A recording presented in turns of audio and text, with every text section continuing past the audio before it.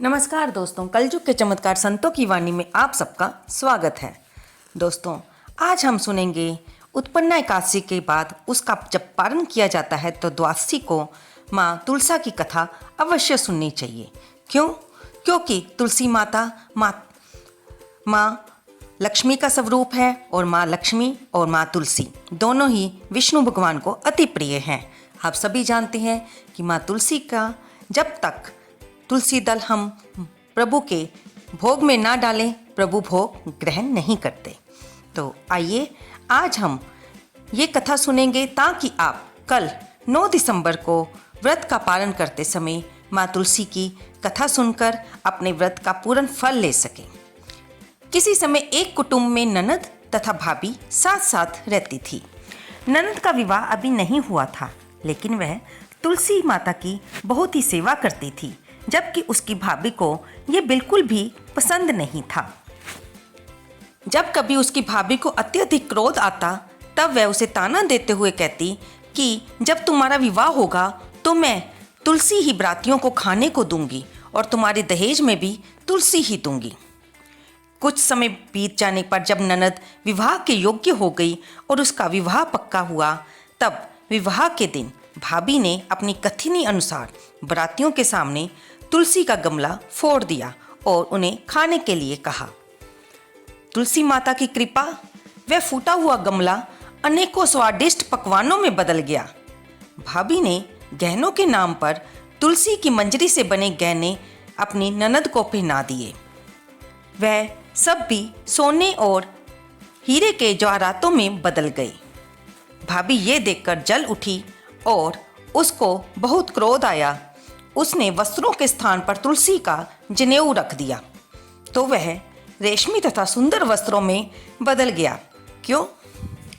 भाभी ये सारे कार्य कर रही थी और ननद मन ही मन तुलसी माता से अपने भाई की लाज रखने के लिए प्रार्थना कर रही थी और तुलसी माता भी उसकी की हुई सेवा का मान रख रहे थे। ननद की ससुराल में उसके दहेज की बहुत प्रशंसा की गई।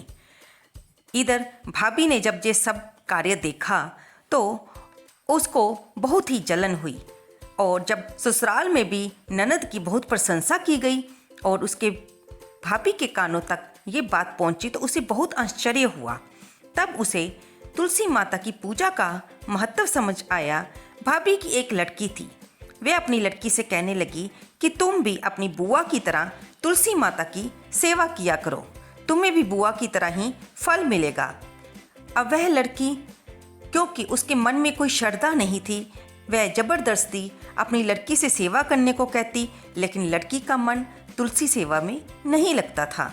दोस्तों, यहाँ पर हमें एक बात समझ लेनी चाहिए कि हम जिस किसी भी देवी देवता की पूजा करते हैं, जो भी हमारे इष्ट देव होते हैं, हमें उनकी श्रद्धा और पूर्ण विश्वास से पूजा करनी चाहिए, नहीं तो वो पूजा कभी भी आपको संपूर्ण फल नहीं देती। लड़की जब बड़ी हुई तो उसके विवाह का समय आता है। तब भाभी सोचती है कि जैसा व्यवहार मैंने अपनी ननद के साथ किया था वैसा ही मैं अपनी लड़की के साथ करूँगी, तो ये भी गहनों से लद जाएगी और बरातियों को भी खाने में पकवान मिलेंगे और मेरा ज़्यादा खर्चा भी नहीं होगा। ससुराल में मेरी बेटी को इज्जत मिलेगी। ये सोचकर वह बरातियों के सामने तुलसी का गमला फोड़ती है और उन्हें उसे को खाने को कहती है। उसका विश्वास था कि जिस तरह उसकी ननद की शादी पे ये तुलसी का गमला फोड़ने पर सुंदर स्वादिष्ट पकवानों में बदल गया था, अब भी ऐसा होगा। लेकिन इस बार गमले की मिट्टी मिट्टी ही रह गई। उसने हर जगह पर वैसा ही किया। अपनी बेटी को गहनों के स्थान पर तुलसी की मंजरी पहना दी और दहेज में भी तुलसी के पत्ते भरकर दे दिए। लेकिन जिस प्रकार उसकी ननद की शादी में ये सभी स्वादिष्ट पकवानों में, हीरे जवाहरातों में, रेशमी वस्त्रों में बदल गए थे, इस बार ऐसा नहीं हुआ। कारण उसकी बेटी के मन में श्रद्धा तो थी नहीं और ना ही उसके अपने मन में श्रद्धा थी, वह तो लालची थी। और इसी कारण सभी सामान यानी कि तुलसी की मंजरी, पत्ते सभी वैसे के वैसे ही रहे। जनेऊ ने भी अपना रूप नहीं बदला। अब तो सभी लोग बरातियों द्वारा भाभी की बुराई होने लगी। लड़की के ससुराल वाले भी लड़की की बुराई करने लगे और उसे ताने देने लगे कि उसकी माँ ने हमें तुलसी के पत्ते शादी में दहेज के रूप में दे दिए हैं। जब भाभी के कानों तक ये बात पहुंची तो उसके मन में बहुत ही आश्चर्य हुआ कि इस बार ऐसा क्यों नहीं हुआ। वह कभी भी अपनी ननद को घर पर नहीं बुलाती थी। भाई ने सोचा मैं बहन से मिलकर आता हूँ। उसने अपनी पत्नी से कहा कि कुछ उपहार बहन के पास ले जाने की बात कही। भाभी ने थैले में ज्वार भरकर कहा कि और तो कुछ नहीं है, तुम यहीं ले जाओ। वह दुखी मन से बहन के पास चल दिया। वह सोचता रहा कि कोई भाई अपनी बहन के घर कैसे ज्वार ले जा सकता है। ये सोचकर वह गौशाला के पास रुका और ज्वार का थैला गाय के सामने पलट दिया। तभी गाय पालने वाले ने कहा कि आप गाय के सामने हीरे मोती और सोना क्यों डाल रहे हो। भाई ने सारी बात उसे बताई और धन लेकर खुशी से अपनी बहन के घर की ओर चल दिया। दोस्तों, यहाँ पे आपने फिर देखा कि तुलसी माता ने किस प्रकार अपनी भक्तन की लाज रखी। उसकी भाभी ने अगर ज्वार भेजे तो तुलसी माता की कृपा से वह भी सोने के हो गए। जब भाई अपनी बहन के घर सोना और धन लेके गया और बहन भी उससे मिलकर बहुत प्रसन्न हुई और उसकी ससुराल में फिर से प्रशंसा हुई। दोनों बहन भाई एक दूसरे को देखकर अत्यंत प्रसन्न होते हैं और बहन ने भाई की खूब सेवा की। दोस्तों, ये कहानी हमें ये बताती है कि हम तुलसी माता की क्यारी को सिर्फ एक पौधा ना समझें।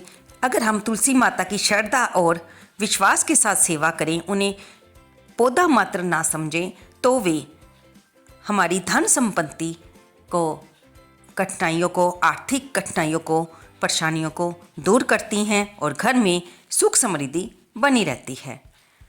द्वादशी के समय पारण करते समय आप ये कथा अवश्य सुनें। तुलसी माता पर दीपदान करें, उनकी आरती उतारें, उनको नमस्कार करके उन्हें दीपदान करें और उनसे अपनी परेशानियों को कहें, माता आप पर अवश्य कृपा करेंगी।